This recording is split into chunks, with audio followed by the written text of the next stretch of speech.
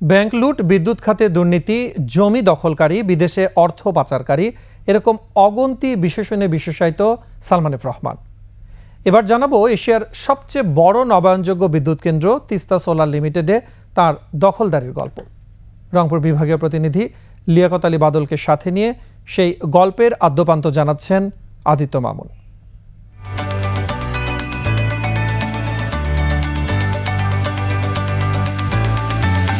তিস্তা নদী বিধৌত গাইবান্ধার সুন্দরগঞ্জ উপজেলার চরাঞ্চলের লাটশালা আর চর পোদ্দা নামের দুটি গ্রাম 2017 সালে সৌর বিদ্যুৎ উৎপাদন কেন্দ্র নির্মাণের জন্য অধিগ্রহণ করা হয় 700 একর জমি।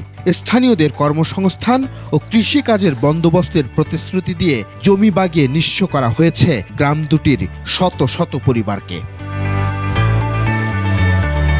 সাবেক প্রধানমন্ত্রীর উপদেষ্টা সালমান এফ রহমান ও তার ছেলে সায়ন এফ রহমান বিদ্যুৎ উৎপাদন কেন্দ্রের নামে লোপাট করেছেন 4000 কোটি টাকা। তাদের নির্দেশে জমির মালিকদের নামমাত্র মূল্য দিয়ে কোথাও পেশিশক্তি আর ক্ষমতার জোরে কোম্পানির নামে নামজারি করা হয় খেটে খাওয়া কৃষকদের উপার্জনের একমাত্র অবলম্বন ক্ষেত খামারগুলো। আইনের কাগজপাতি কাটিয়ে নিয়ে জাল দলিল তৈরি করে ওই অগ্রসাদিটা নেওয়া দেওয়া করছে। বিভিন্ন ধরনের ভয়ভীতি দেখায়, হুমকি দেখায়, মামলা দিবে আমাদের নামে, এইভাবে আমার জায়গায় তারা ধরে রাখছে। থানার লোকজন ওদের পক্ষে। বাবারা মরে গেছে, আমরা 3টে ভাই, আমরা কিন্তু ওদের সাথে পাই না। স্থানীয় রাজনৈতিক নেতাকর্মী, দালাল আর আইন শৃঙ্খলা বাহিনীর হয়রানি অত্যাচারে প্রাণ ভয়ে জমি ছেড়ে দিলেও এখন মুখ খুলছেন ভুক্তভোগীরা। 3 জন ব্যক্তি যদি মালিকানা থাকে, একজন ব্যক্তি শুধু সই দিলেই 3 জনের কাজ হয়ে যেত। সালমান রহমানের ছেলে আসছিল এখানে, কিন্তু ওনারা বলছে যে না আমরা ন্যায্য মূল্য জমি ক্রয় করতেছি, কিন্তু ন্যায্য মূল্য আমাদের সঙ্গে তো দেয়নি। একমাত্র ওয়ালটন এসি দিচ্ছে 1 বছরের রিপ্লেসমেন্ট গ্যারান্টি। জমিহারা কৃষকদের বসত বাড়ি উচ্ছেদ করেছে বিদ্যুৎ কেন্দ্রের লাঠিয়াল বাহিনী। ঘটনার সত্যতা নিশ্চিতে ও তথ্য অনুসন্ধানে সুন্দরগঞ্জ সৌর বিদ্যুৎ কেন্দ্রে প্রবেশে বাধার মুখে পড়ে 21 টেলিভিশন।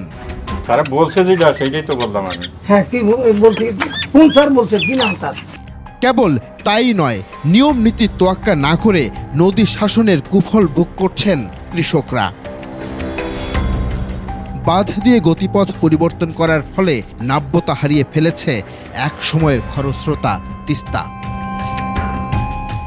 3000 কোটি টাকার এই বিদ্যুৎ কেন্দ্র উৎপাদনে আসার প্রথম বছরেই 650 কোটি টাকা আয় করলেও হাহাকার থামেনি গাইবান্ধার জমিহারা নিঃস্ব পরিবারগুলোর। তাদের আহাজারি পৌঁছেনি সাবেক সরকার প্রধানের কাছেও, কিন্তু এখনো গুণকীর্তনে ব্যস্ত সোলার কেন্দ্রের কর্তারা। প্রায় 650 একর জমির উপরে, তো আসলে জমি অধিগ্রহণ বা জমি ক্রয় করা তো একটা বড় চ্যালেঞ্জ। তো এই কারণে আসলে এই মুহূর্তে আমাদের এরকম এক্সটেনশনের কোনো পরিকল্পনা নাই। দ্রুত ক্ষতিপূরণ পেলে আবারও স্বাভাবিক জীবনে ফিরতে পারবে এই জনপদের অসহায় মানুষেরা, এমনই মনে করেন সবাই।